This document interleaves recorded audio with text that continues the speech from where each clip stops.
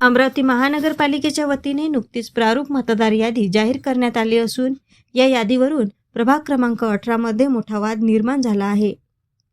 या प्रभागात सारंग राऊत व पुन्नाबाई शिकारी यांच्या नावावर मोठ्या प्रमाणात बोगस मतदार नोंदी असल्याचा आरोप मुन्ना राठोड व समीर जवंजाळ यांनी केला आहे।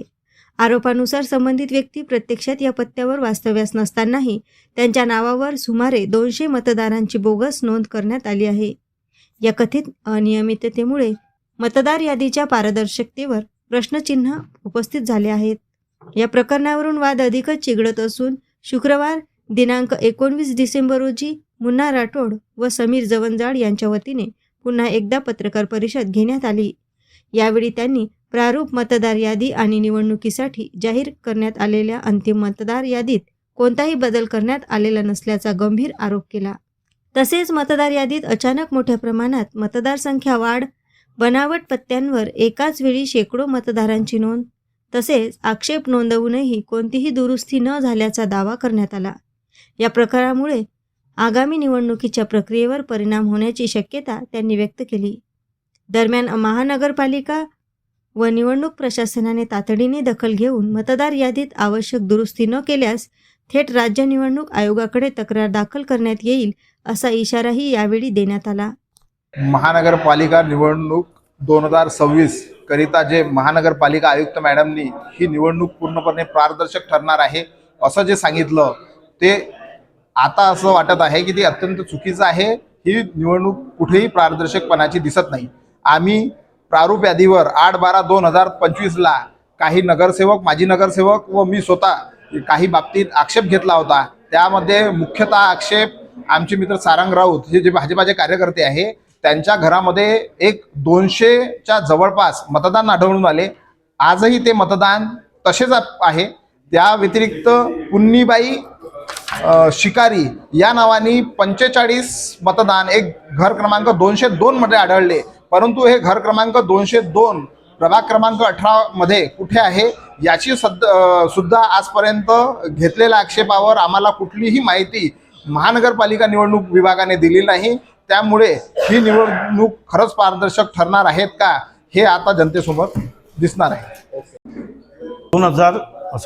19 नोव्हेंबर रोजी आम्ही एक पत्रकार परिषद घेतली होती आणि त्या पत्रकार परिषदेमध्ये आम्ही आरोप केले होते की बाबा जे 20 तारखेला प्रारूप मतदार यादी घोषित होणार आहे त्याच्या त्या यादीमध्ये मोठ्या प्रमाणात घोळ आहे आणि जवळपास 70-80 हजार मताची वाढ केलेली आहे आणि प्रत्येक प्रभागात 2 ते 10 हजार पर्यंत मतदान वाढवण्यात आलेलं आहे आणि त्या मतदाराचा अजूनही पत्ता नाही, त्याचा ॲड्रेस नाही त्या यादीमध्ये। हा आरोप आम्ही केल्यानंतर 2020 मध्ये जे प्रारूप मतदार यादी घोषित झाली त्या आमचे आरोप सिद्ध झाले की त्याप्रमाणे तसंच होतं। एका घरामध्ये 200 बोगस मतदानाचा ॲड्रेस मिळालं। एका ठिकाणी ते पुन्नीबाई म्हणून त्याचा 45 मतदारांचं नाव बोगस निघालं। त्यानंतर काय झालं की 90% मतदार यादीमध्ये मतदाराच्या अनुक्रमांक, भाग क्रमांकाचा पत्ताच नाही, ॲड्रेसच नाही। तर आम्ही निवडणूक अधिकाऱ्यांनी तुम्ही कसा टॅली करणार आहे की मी या प्रभागात राहतो किंवा नाही राहत, तर त्यांचं असं म्हणणं आहे। मग आम्ही त्या ऑब्जेक्शन घेतलं। ऑब्जेक्शन घेतल्यानंतर आम्ही हिअरिंग झालं आमचं सर्वांचं, अनेक लोकांचे 950 लोकांनी ऑब्जेक्शन घेतले।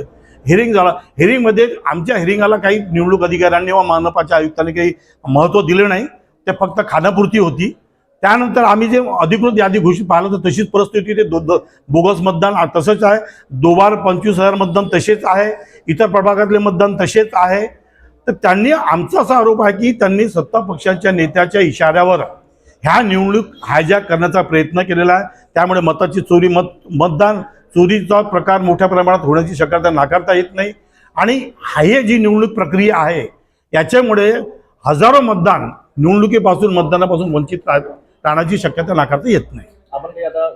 आम्ही या संदर्भात ज्या निवडणूक अधिकाऱ्याकडे आम्ही आक्षेप घेतला होता, अभियंता आक्षेप घेतला होता, त्यांनी खानापुरती करून आमच्या याला कचराची जी टोपली दाखवली, आमचं निवडणूक त्याची दखल घेतली नाही। या संदर्भात आम्ही राज्य निवडणूक आयोग व केंद्र निवडणूक आयोगाला तक्रार करणार आहे। AS न्यूज महाराष्ट्र करिता अमरावती येथून रुपालीसह अनिल साखरकर।